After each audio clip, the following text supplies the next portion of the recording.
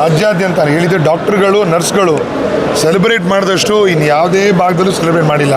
ಚಿಕ್ಕ ಚಿಕ್ಕ D group ಇರಲಿ, ಯಾವುದೇ ಗ್ರೂಪ್ ಇರಲಿ, ಆ ಒಂದು ಗ್ರೂಪ್ಗಳಿಗೆ ವ್ಯತ್ಯಾಸ ಮಾಡಿಕೊಂಡು ಭಾಳಷ್ಟು ಕರಪ್ಷನ್ಗೆ ಶುರು ಮಾಡಿದ್ದೇ ಅವ್ರುಗಳು.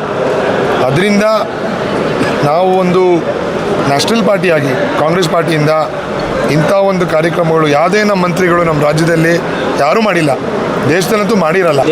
ಸೊ ನಮ್ಮ ದೇಶದಲ್ಲಿ ಇವಾಗ 55-60% ಯುವಕರೇ ಇರೋದು.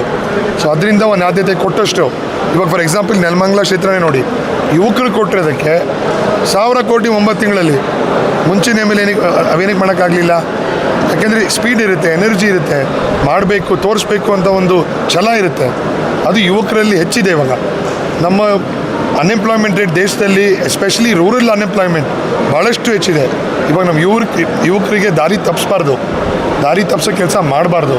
ಅದಕ್ಕೆ ಯುವಕರು ಮುಂದೆ ಬಂದರೆ ಇನ್ನೂ ಶಕ್ತಿಯಿಂದ ಇನ್ನೂ ಒಳ್ಳೆ ಕೆಲಸಗಳಾಗುತ್ತೆ ದೇಶದಲ್ಲಿ. ರಕ್ಷಾರಾಮಯ್ಯ ಓಟ್ ಹಾಕಿದ್ರೆ ಚಿಕ್ಕಬಳ್ಳಾಪುರ ಜನ ಏನು ನಿರೀಕ್ಷೆ ಮಾಡ್ಬೋದು ಸರ್?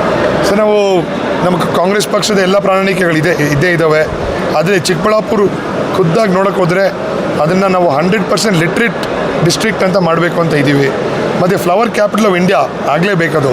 ಯಾಕೆಂದರೆ ಭಾಳಷ್ಟು ಮೊನ್ನೆ ಡೆಲ್ಲಿಗೆ ಹೋದಾಗ ಡೆಲ್ಲೀಲಿ ಅಲ್ಲಿ ಮೂಲೆಗಳೆಲ್ಲ ಹೂಗಳಿರುತ್ತೆ, ಅವೆಲ್ಲ ಬರೋದು ಚಿಕ್ಕಬಳ್ಳಾಪುರ ಜಿಲ್ಲೆಯಿಂದಾನೆ. So flower capital of India ಆಗಬೇಕದು. ಸ್ಟೋರೇಜ್ಗೆ ಕೋಲ್ಡ್ ಫ್ರೀಸರ್ಸ್ ಇರ್ಬೋದು, ಮತ್ತು ಡಯಾಬಿಟೀಸ್ ಫ್ರೀ ಡಿಸ್ಟ್ರಿಕ್ಟ್ ಅಂತ ಒಂದು ಮಾಡ್ಕೊಬೇಕು ಅದನ್ನು. ಯಾಕೆಂದರೆ ಬೇಸಿಕ್ ತಿಳುವಳಿಕೆ ಬೇಕು ಜನಕ್ಕೆ. ಅದನ್ನು ಅವಾಯ್ಡ್ ಮಾಡಿದ್ರೆ ಎಲ್ಲ ಒಂದು ಡಯಾಬಿಟೀಸ್, ಶುಗರ್ ಎಲ್ಲ ಈ ಹೈ ರಿಸ್ಕ್ ರೋಗಗಳು ಇನಿಷಿಯಲ್ ಆಗಿ ಸ್ಟಾಪ್ ಮಾಡ್ಬೋದು. ಈಗ ಪ್ರಚಂಡ ಅನುಭವಿಯ ನಡುವೆ, ರಾಜಕೀಯ ಅನುಭವಿ, ಎಲ್ಲ ಥರದ ಅನುಭವಿಯ ನಡುವೆ ಯುವಕರಿಗೆ ಸವಾಲಾಗಲ್ವಾ ಸರ್ ಕ್ಷೇತ್ರದಲ್ಲಿ ಫೇಸ್ ಮಾಡಲಿಕ್ಕೆ ಚುನಾವಣೆನ? ಇಲ್ಲ, ನಮ್ಮ ಎಲ್ಲ ಹಿರಿಯ ನಾಯಕರುಗಳಿದ್ದಾರೆ, ನಮ್ಮ ಸೂಪರ್ ಶಾಸಕರುಗಳಿದ್ದಾರೆ.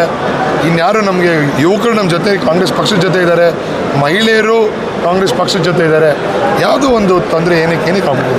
ಸರ್, ಈಗ ಹಗರಣಗಳ ಬಗ್ಗೆ ಕಾಂಗ್ರೆಸ್ ನಾಯಕರುಗಳು ದೂರ್ತಾ ಇರೋದಕ್ಕೆ ಅವ್ರು ಹೇಳಿದರೆ ಅವ್ರದ್ದೇ ಸರ್ಕಾರ ಇದೆ, ತನಿಖೆ ಯಾಕೆ ಮಾಡಿಸ್ತಾ ಇಲ್ಲ, ತನಿಖೆ ಮಾಡಿಸ್ತಾ ಕೋಡ್ ಆಫ್ ಕಾಂಡಕ್ಟ್ ಶುರುವಾಗಿದೆ.